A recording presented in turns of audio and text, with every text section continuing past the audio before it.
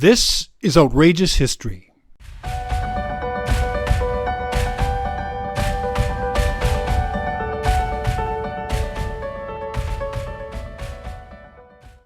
Hello, I'm Ernest Granson, and welcome to Outrageous History. Who would have believed if you, like me, were an enthusiastic comic book reader back in the 1960s, 1970s, or 1980s, that this somewhat insular world of speech bubbles, dramatic storylines, and innovative art landscapes would transform into a media universe of superheroes? And at the center of this universe, for many of those enthusiasts, was and still is Stan Lee, self-proclaimed creator of those same superheroes. After serving as a writer, editor, and publisher of many of the most famous comic books, Stan Lee also became a celebrity with numerous film cameo appearances and hanging out with luminaries like Bill and Hillary Clinton, along with various Hollywood film directors.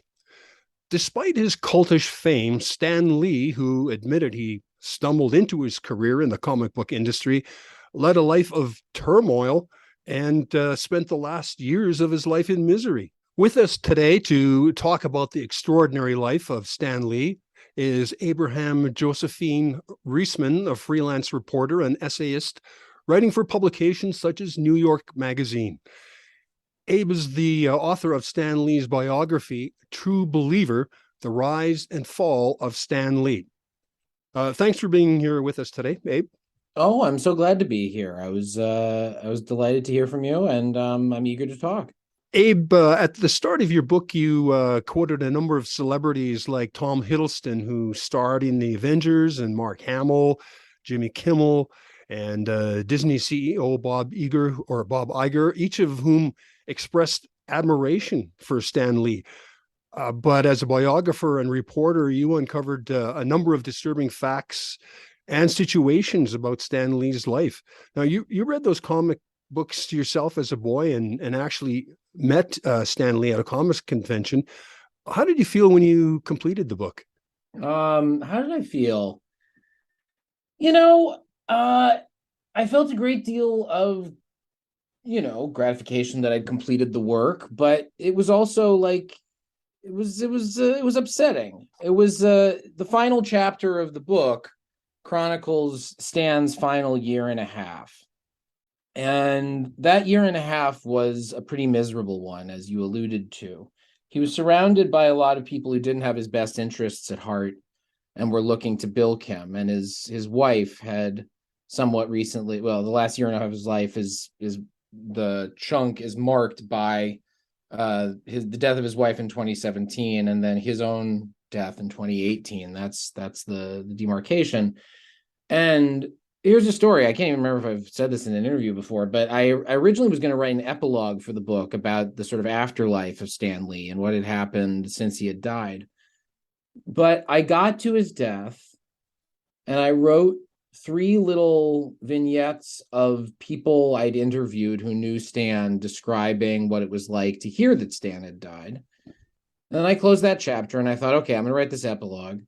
And I sat down the next day to write the epilogue. And I felt like I shouldn't.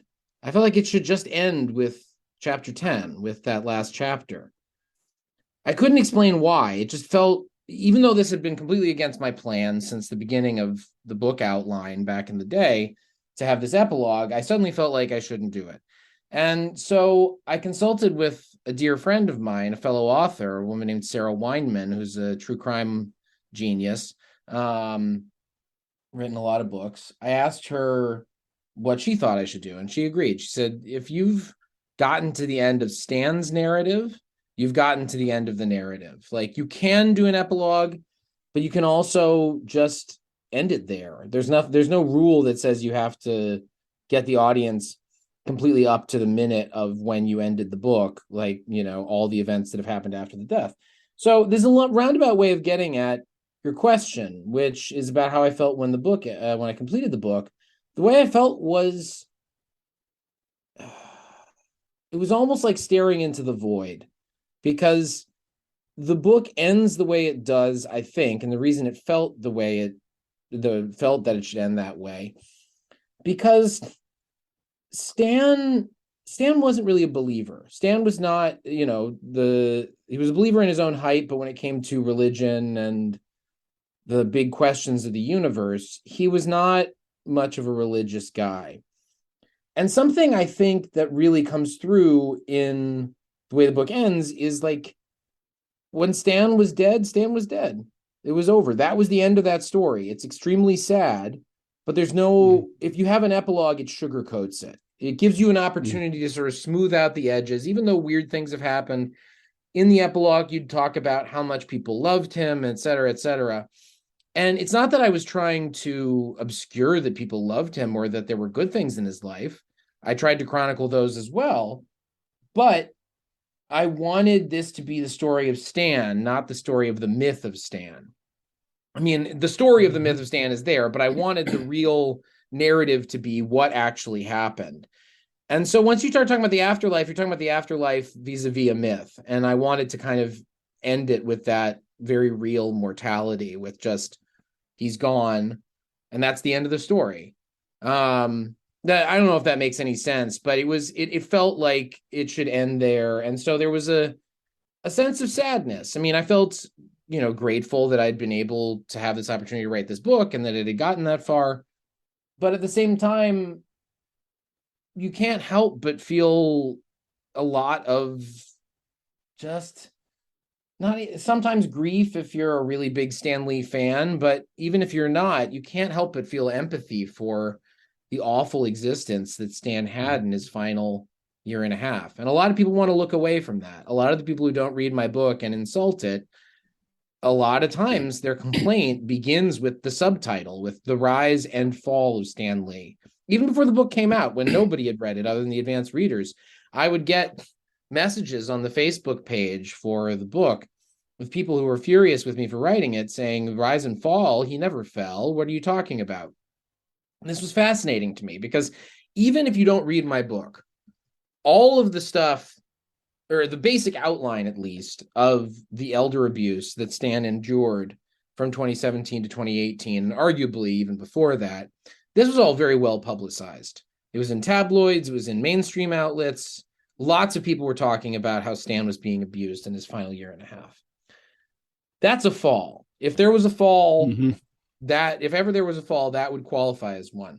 These people who were defending Stan, who were purporting to be bigger Stan Lee fans than I was, and therefore more righteous, were either completely unaware of what had happened or had just memory holed it, And I found that interesting. People are very invested in the myth of Stan Lee. And the myth of Stan Lee is supposed to be a happy story. And if you end up with a sad story, which True Believer, by the end very much is, people don't want to read it. They don't want to be a part of it. Anyway, I'm rambling, but it's an interesting question that you asked, and it forced me to revisit my brain set. So there you go. Well, you looked into pretty deeply into some of those elements that drove Stan Lee, and you seem to place a lot of emphasis on his European Jewish ancestry in the early chapters of that book. How do you feel that particular background influenced his career and his life? Stan's parents were they were Romanian Jewish refugees. It's easy to call them immigrants, and that's true, but they were political refugees. Stan's parents, Celia Solomon and Janku Ern Lieber, who changed his name to Jack Lieber, they were born, and then raised in a Romania that was swiftly turning against the Jews. It's odd now, but at the time, at the turn of the century, the 20th century, 1900 or so, the story in the Jewish world, the crisis in the Jewish world, was the crisis of Romanian Jewry. Now we look at it, and it's been overshadowed by what happened to Romanian Jewry later, as well as to all of European Jewry, 40 years later. But at the time, this was a huge humanitarian crisis. Romania turned very sharply against the Jews, both in populist rhetoric, from politicians and pamphleteers and poets and societies. And basically, you get this environment where Ernst Lieber, Stan's father, survives a pogrom, an anti-Jewish riot in his home city when he's about 4 or 5 years old. It has an enormous impact on young Janku.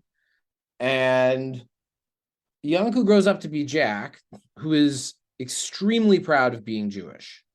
It's one of the driving factors in Jack Lieber's understanding of himself and of the world is I am a Jew. He was a Jew. He was a Zionist. He was a big supporter of the state of Israel. He observed holidays. He wasn't Orthodox, but he was very much of this type, this immigrant Jew who was fiercely proud of being Jewish and manifested that in many ways, even though he was decreasingly religious. His father had been very Orthodox back in Romania. But he himself was lax, except in the pride and in the self-identification. Stan wanted nothing to do with Judaism or Jewishness at all. And indeed walked away from it as best he could. He had a bar mitzvah ceremony, which he said he didn't remember anything from other than that there were maybe 2 people in the audience, which, by the way, is unlikely because you need to have 10 people for a prayer quorum in order to do a bar mitzvah. But I don't know, maybe there was a loophole. Anyway, he, after that, really just abandoned it and hardly ever spoke about himself as a Jew. You know, he, in many ways, what I'm getting at here is a lot of what motivated Stan was rebellion against his father and trying to be better than his father, more successful than his father, et cetera, than his father. And one way that manifested was Stan rejecting Judaism, and not just rejecting Judaism, but rejecting the identification as a Jewish person. In his memoir, Excelsior, which came out in the early 2000s, there is a spot where he talks about trying to adopt a child, because he and his wife, Joan, who was an Episcopalian English woman, and that kind of intermarriage was very unusual as of when they got married in 1947. Basically, they tried to adopt after their second child died. They had a daughter named Joan Celia, or JC, who's still around. And then they had a daughter named Jan, who died about 6 days after she was born. And they tried to adopt after that. And they couldn't because they were an intermarried couple. They were, Jewish and Episcopalian. Stan describes this in the memoir by saying, we couldn't because they wouldn't give adoptees to mixed marriages. And Joan was Episcopalian, and my parents were Jewish. And I was Jewish. My parents were Jewish. The problem for him was not, the problem for him was people identifying him as Jewish. He just didn't like it. He didn't want to be associated with that kind of identity, with that particularism, with whatever it was that he was allergic to. I think a lot of it was his dad. He didn't want a part of it. Stan's dad used to write, I found this out from Larry Lieber, Stan's brother, who I interviewed at length. Stan's dad, Stan and Larry's dad, used to write Stan letters as late as the 60s. Jack died in 1968, but he would write these letters to Stan, who, by the way, lived in the same city as him, but he would still write these letters as opposed to just going to visit because they didn't have a very good relationship. And the letters would just excoriate Stan for not being Jewish enough. It was, you're not observing the holidays, you're not supporting Israel, you're not using your platform to support the Jews. And this really frustrated Jack. And I think it was something that Stan did in a way to tick him off. And it ends up being this very nuanced set of influences on how Stan writes and acts. It's not just, you can have the really simplistic, oh, Stan was a Jew? Well, then clearly these characters he created were based on biblical figures or whatever. You can do that, but that's a parlor game. That's not, and none of it's real because Stan didn't really read scripture. He said he read the King James Bible, but didn't retain any of the content, just the language. And he was not basing these things on scripture, but he was writing about secret identities and shame. And I think for him, Judaism was something that he really, and Jewishness was something he buried as a secret identity. It was something he didn't want out there. And I don't even know if it was for self-protection. He never talked about getting beaten up by anti-Semites or anything. I think it had more to do with just real shame about his family, who he didn't like and didn't really interact with. His birth family, I should say. His wife and his daughter, he was extremely close to, perhaps to a fault, but that's another story. Um, you know, while Stan appears to have stumbled into his career, I guess you could say, in the comic book industry, it seems that most of his colleagues found their way into that what was kind of an embryonic industry a lot the same way, and not only that, but they had just as many professional and personal issues, it seemed like, as Stan did. Can you describe some of those circumstances, and how did they How people got into the industry, you mean? yeah, and Well, also the Stan, number of feuds that they had between each other, sure, there's artists, plenty the of that. writers. I mean, the comic book industry, the comic book as an invention, what we think of as a comic book, a pamphlet of about yay size with stapled together, possibly lightly bound, and containing stories that are told using words and pictures and dialogue bubbles, etc. That invention only dates to about 1932. So Stan's born in 1922. When he's about 10 years old, the comic book is invented. It's not even a hit right away as an invention. And it was initially just printing existing comic strips that had appeared in newspapers. But then the comic book really takes off as the 30s go on, and especially in 1938, when Superman debuts in Action Comics #1, which is published by this company that would eventually come to be known as DC Comics. But there was a rival. There were a lot of rivals to DC Comics, to the company that became it, because the comic book had become this sort of hot new killer app that every publisher was trying out.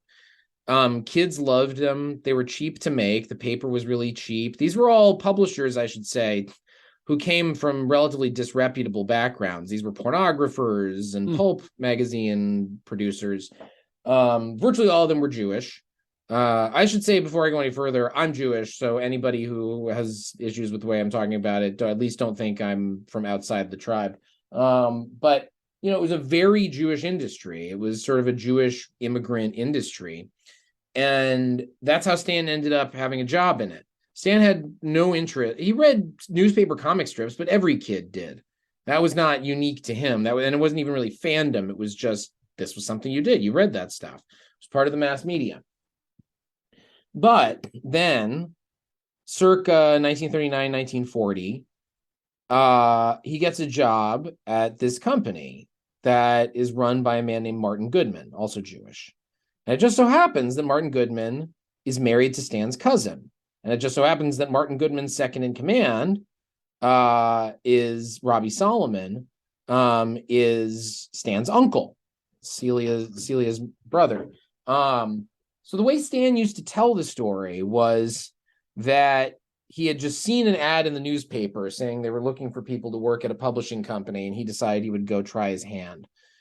And then he meritoriously got the job and then worked his way to the top. Well, that's nonsense. He eventually changed that story because I think he'd been caught in the lie too many times. But what really happened, it appears, is Stan was a high school graduate. He had briefly tried college and didn't like it, worked some jobs, and was all weird, odd jobs, delivering sandwiches or, what was he helped Eleanor Roosevelt to her seat when he was an usher at a theater, allegedly, all these little odd jobs that you did back then. But then his mom, Celia, basically talks to Robbie, who talks to Martin and says, sends the message, give my son a job. You need to give him something to do.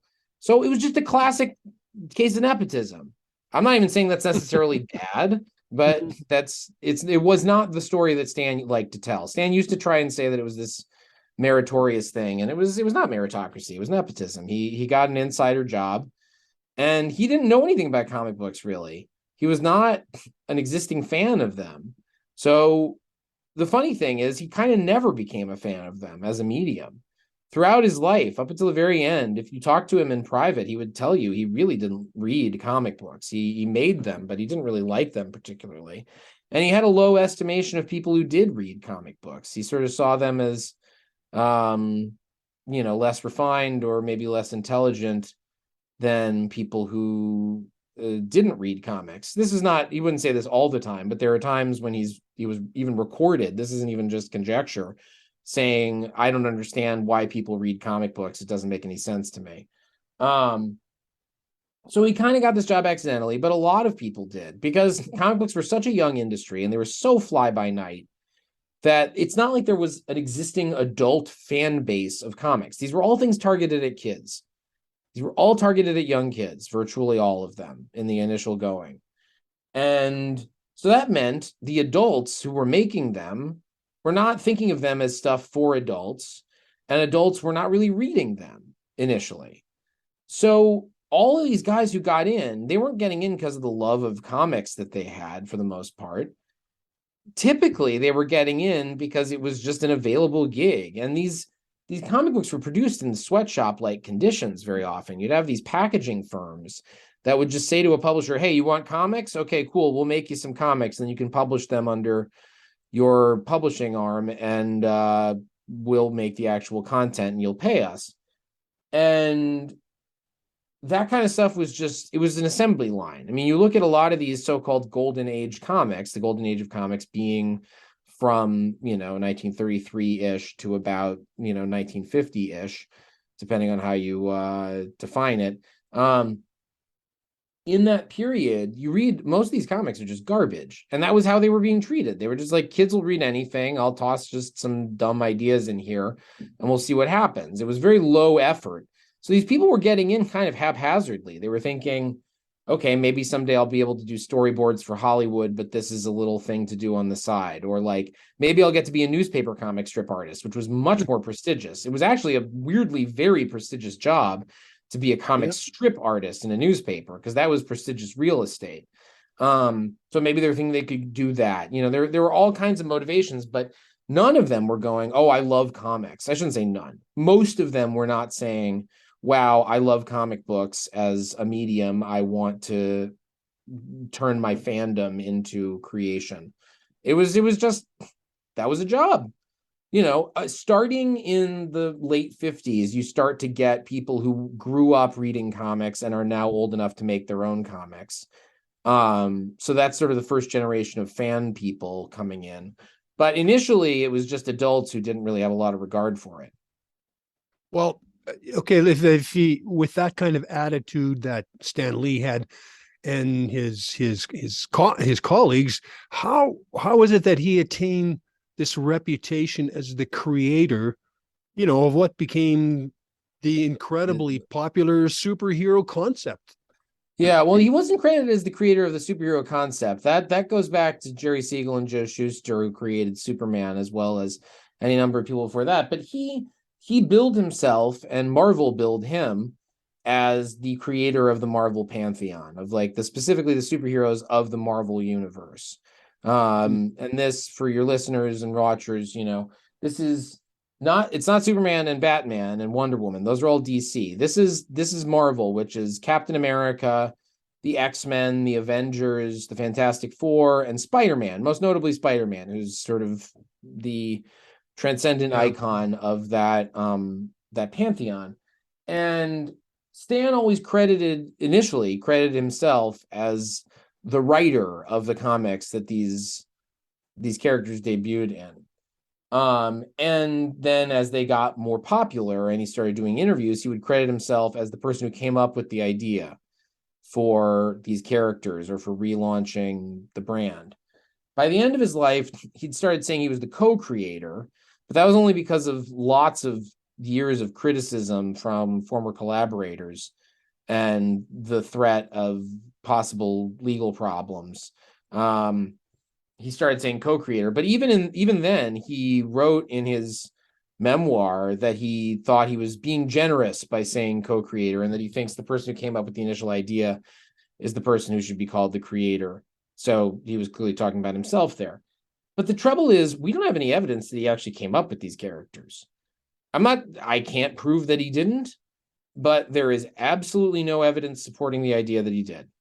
Not a single document. There is one document, which is for Fantastic Four #1. There's a typewritten document written by someone at some time, who knows, that is a synopsis of the first issue. And it's not quite what happens in the first issue, so it was probably an early going of it. But we don't know when that was made. I'm not saying it was even necessarily made as a forgery. I'm just saying it could have happened after a conversation in which Stan was introduced to these new characters by their creator, their possible creator. And that person would be Jack Kirby, who I guess we haven't talked about much in this pod so far. But Jack Kirby was the most famous and consequential of Stan's collaborators. The second runner-up there is a man named Steve Ditko, with whom Stan did co-create Spider-Man, although Kirby may have been involved in that in some way.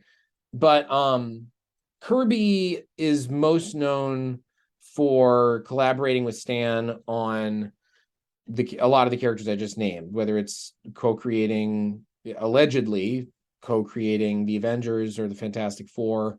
Black Panther is another Jack Kirby and Stan co-creation, quote unquote. But the fact is, later in life, Jack Kirby came forward and said, I created all those characters. Stan didn't have anything to do with it. Jack was credited as the artist on these comics. He was not credited as the writer. He was credited as the artist in the 60s. And he was the artist. He was the person drawing it.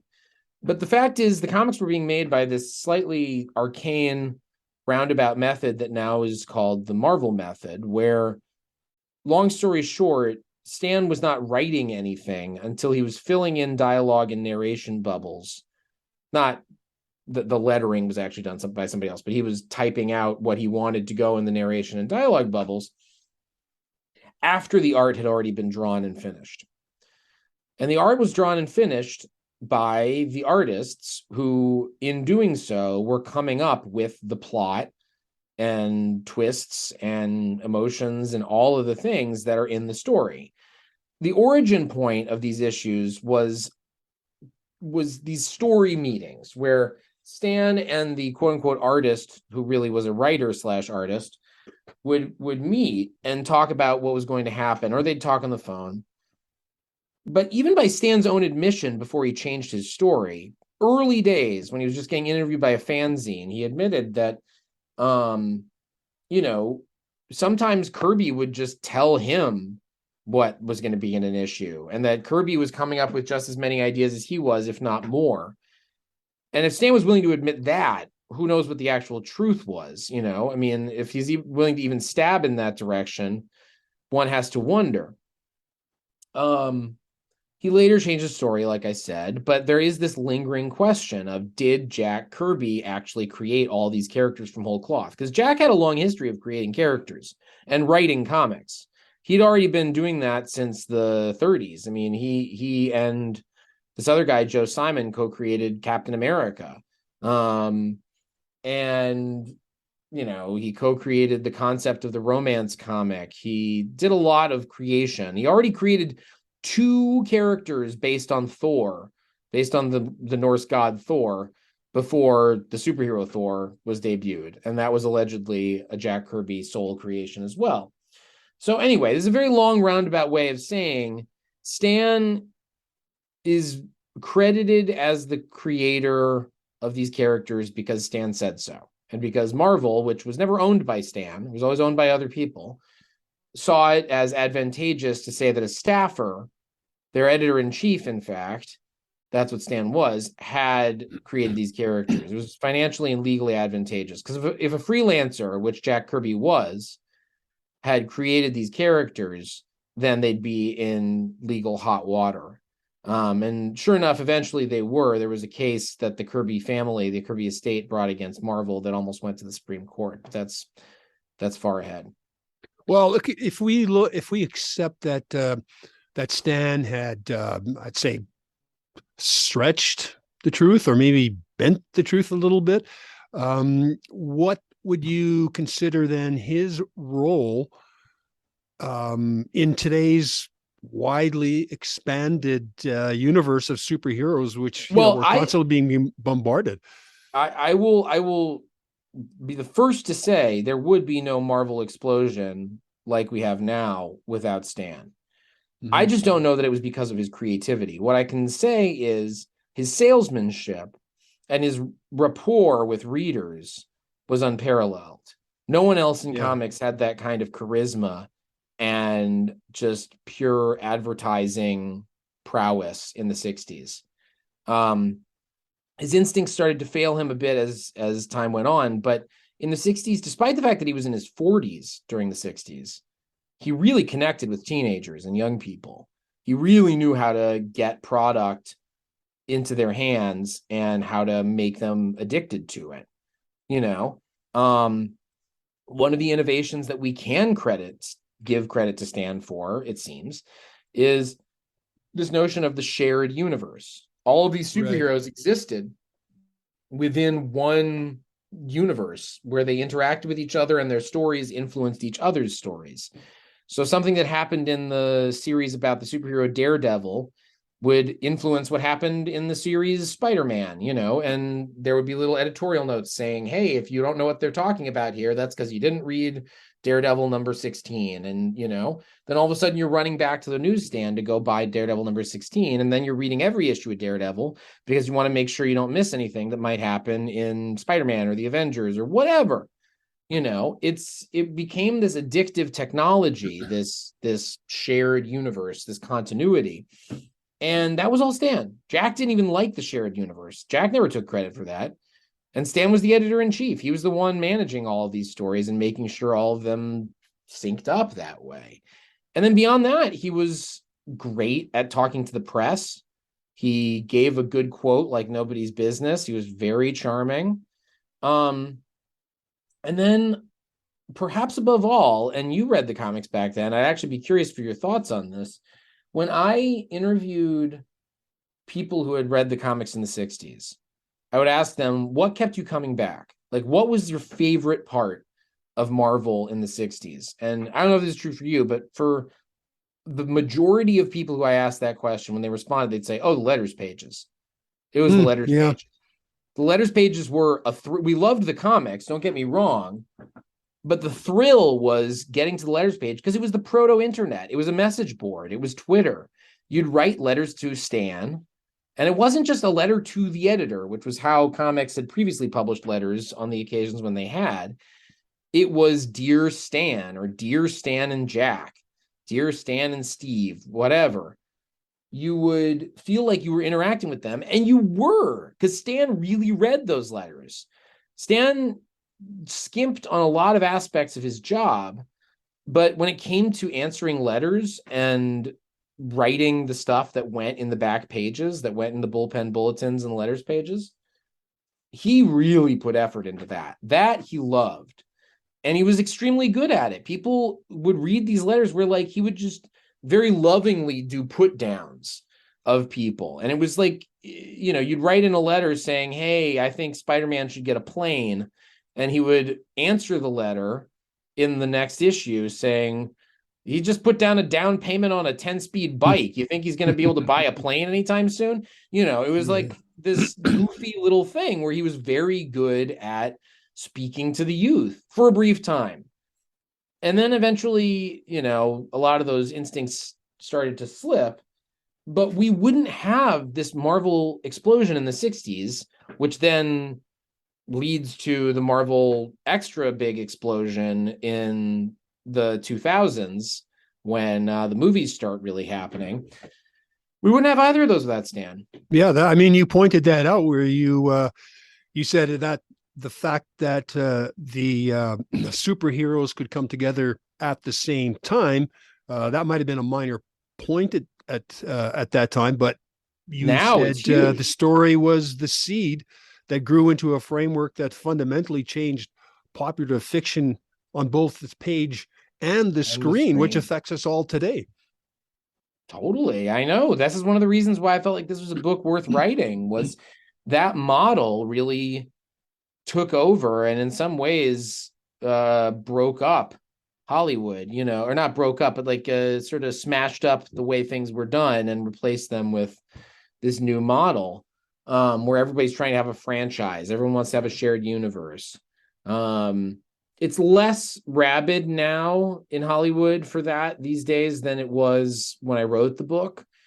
But it's the legacy of that shift of like, let's just do superhero franchise shared universe stuff and sequels up the wazoo. That's pure Stan. That was Stan's whole. It wasn't. I shouldn't say it's pure Stan. There were other people who had ideas similar to that, but he was the one who really made that into a model, and now it's the model that Hollywood very often uses. And I think it's kind of destructive. I love stories that are told through serials, and I love being rewarded for attention to detail and brand loyalty, I suppose. But at the same time, it really became the only game in town. You just have to keep doing the ever expanding universe. And you have to have superheroes and explosions and such.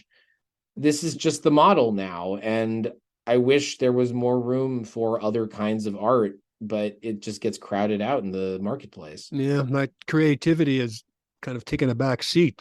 But through the 1970s and 1980s, then Stan, as popular as he was, and he felt he was, he tried really hard to become a player in the film and He in did. television, and that led him down a dark path through that Dark second Path. part of Yeah. Can Starting in you maybe 1980, describe some of the people and circumstances that wormed their way into his life? sure. Yeah. In 1980, Stan moved to Los Angeles and he never came back. I mean, he would visit other places, of course, but when it came to his permanent living space, he only lived in two places, New York and then LA. He was born in New York, lived there until 79, 80, and then moved to LA. And the reason he moved to LA was he wanted to try his hand at Hollywood. He'd been saying it for a while.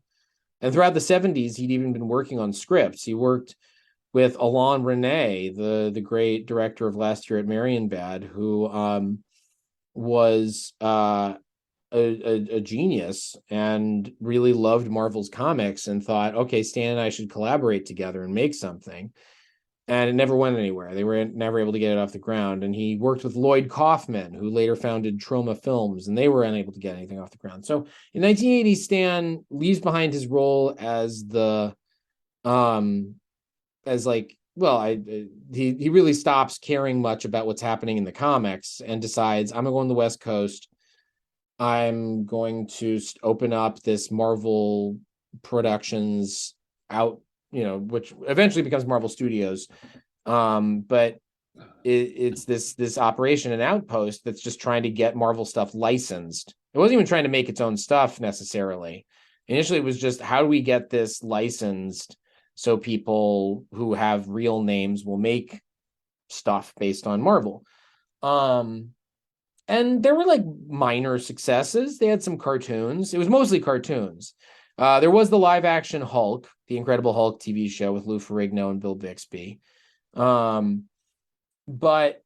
for the most part, it was, kids' cartoons. There was Spiderman and His Amazing Friends, and there was, the other Spider-Man cartoon that was just called Spider-Man. There was a Hulk cartoon. It wasn't anything like what we see now.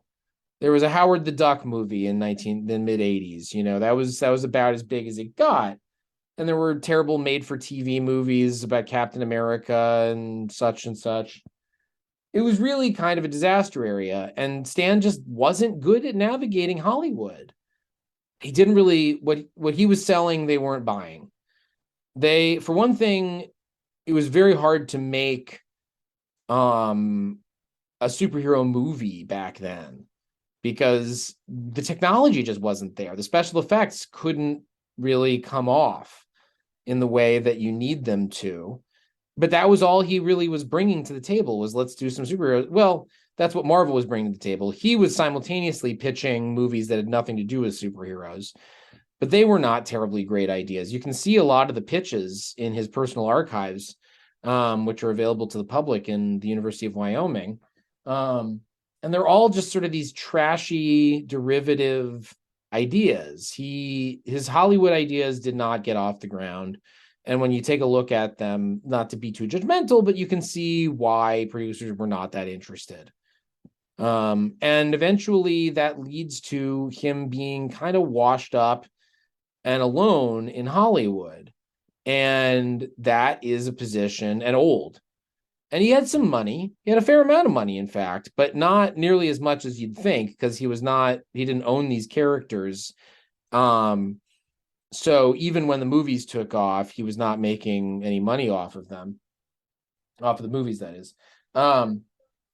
But he really didn't know how to navigate, and that meant hangers-on were able to get their claws into him. There were a lot of kind of shady characters who were able to insinuate their way into Stan's inner circle and really dominate his life. And, I'll hesitate to name names because I don't, you can read the book, it gets complicated. But there were a lot of people around him, and every one of them would tell you, oh, everybody else in the inner circle was trying to milk Stan for all he was worth, but I was looking out for him. I was the only one who really cared about him. Whether that's his daughter, JC, or any of his more former quote unquote managers, which was kind of a loose title that was applied to a lot of people. It was a dark situation, and it's the kind of thing that happens to a lot of people in Hollywood who get washed up, who don't really have power or a foothold, but are recognizable enough names and have enough money that people are going to try to get their hooks into them. So it's what happened to Stan, and then it led to a very miserable finale to his life. Yeah, and his daughter JC was also a major stress point in his life. Yeah, JC was someone he was really resolutely devoted to, and yet at the same time, she was a real problem for him. And I've seen footage of him, making video messages to beg a psychiatrist to look at his daughter and diagnose her, or of him talking about how he hates her or can't trust her. I've heard recordings and seen recordings. He was really on the edge with his daughter, but allegedly there were all kinds of problems that she was going through. Stan thought she was schizophrenic and bipolar. I'm not a doctor, I can't diagnose that, but Stan thought she was schizophrenic and bipolar. I've heard other people use those two words as well. Addict was a word that was thrown around a lot. And one thing that even Stan himself in public would say was that she was a shopaholic. And Joan, his wife, was the same way. They both had very expensive habits of mainly just buying things, shoes, tchotchkes, houses, whatever. And Stan needed liquid cash so that they could keep living that lifestyle. That's a key thing to remember about Stan. I sort of worried a bit when I was starting the book. I was like, do I really want to get into all this stuff about the family? JC didn't choose to be born into this family. And, I get that. I tried to be as judicious as I could, but the fact is you can't understand Stan Lee's business decisions and his very public churns of plot in his life without understanding his relationship with his wife and daughter, because that was the first thing on his mind when he was awake on any given day, and probably while he was asleep too. He was thinking about his wife and daughter. For good or ill, he was thinking about his wife and daughter as the primary concern at any given moment. So if I wrote this biography and didn't talk about them at all, or left them as mere side characters, then I'd be doing a disservice to Stan and to his devotion to his family, but also to the truth of why Stan did a lot of what he did, which was he needed liquid cash so his family, his wife and daughter, could spend. So what happened in those very last stages of his life, just You before he know, I passed mean, away? in brief, there were arrests, there were lawsuits, there were allegedly forged check for an enormous amount of money. There was a condo that he was absconded to or possibly consented to moving to. It gets very murky. When you read the book, I did my best to separate fact from fiction, but a lot of it gets unreliable narrator heavy. You know, most of the people involved in all of this stuff are prone to exaggeration, if not complete outright lies. So, you know, Stan's wife died. Joan died in 2017. And Stan really fell into a depression. Stan was in a bad way. He had a sense of, you know, I don't know what to do without Joni. He really loved his wife. He was very close with her. And these people who were around him, who did not always have his best interests at heart, started to close in because Joan had kind of been his bulldog. Stan was a bit of a pushover, but Joni would really stand her ground to an extent. With JC, they would generally acquiesce eventually, but Joni with the other people would be the person to say, no, this far, no further, or, you know, don't let them do that. And with her gone, all of a sudden there was no one to hold Stan back. And also with Stan being very depressed and not really thinking straight, there was a lot of opportunity to grift, to, you know, put it bluntly. And there was, you know, fights over power of attorney and breaking open a trust that was supposed to dole out money to JC after Stan and Joan died, as opposed to, you know, what ended up happening when the trust got broken, which is she just got all the money in one big chunk when Stan died. You know, all of this stuff is just, it gets complicated and messy, but it was important to put in the book because it's a huge part of understanding how Stan's life and legacy ended up being the kind of secretly pretty chaotic situation that they are now. I mean, Stan's brand name is attached to works that have nothing to do with Stan. You know, he's a cartoon character. There's a cartoon character named Stan Lee. I haven't even said the guy's real name this entire interview. He was born Stanley Martin Lieber, and he changed his name to Stan Lee. And the character of Stan Lee is his most successful sole creation. He created Stan Lee, and Stan Lee lives on. But Stanley Martin Lieber died, and Stanley Martin Lieber had a pretty miserable final year and a half. And unfortunately, that's just the reality we have to live with. You know, I read an interesting interview that you did with a fellow comic book fan, Tegan O'Neill. Tegan O'Neill, yes, yeah, Tegan's terrific. She She's stated wonderful. that you had once been asked to define the core theme of your book, and your reply was that you thought it was about the American dream as lived through Stan Lee's life. But then, after some thought, you came to the conclusion that the book is about the agony of ambiguity. So I'm kind of interested in that. Can you elaborate? Yeah, I mean, there are two kinds of ambiguity, factual and moral, in this book. There's the factual ambiguity of what really happened in Stan's life. Did he create these characters? Who grifted him? All that stuff. And then there's the moral ambiguity of, was Stan a good person? And the book, I say, is about the agony of ambiguity because the human brain wants to reject ambiguity. We want there to be certain answers. We want there to be facts. We want there to be moral judgments. And they're all made up. Now, I'm not saying they're all made up, but a lot of the time we have to deal with the fact that we can't know for sure. We will never know, I think, whether Jack Kirby or Stan Lee was the primary mover on creating the Marvel Universe characters. We'll never know that because it was a fly-by-night industry. Nobody was keeping records of this stuff. Unless something miraculously pops up, which could happen, I don't think we're ever going to see that. I don't think we're ever going to have factual proof one way or the other. And that's true for a lot of the things in his later years with the grifters as well. There's a lot of things where just, I don't think we're ever going to have a totally granular, perfect rendition of exactly what went down. And both of those things are infuriating for people. They want to think they have the answer.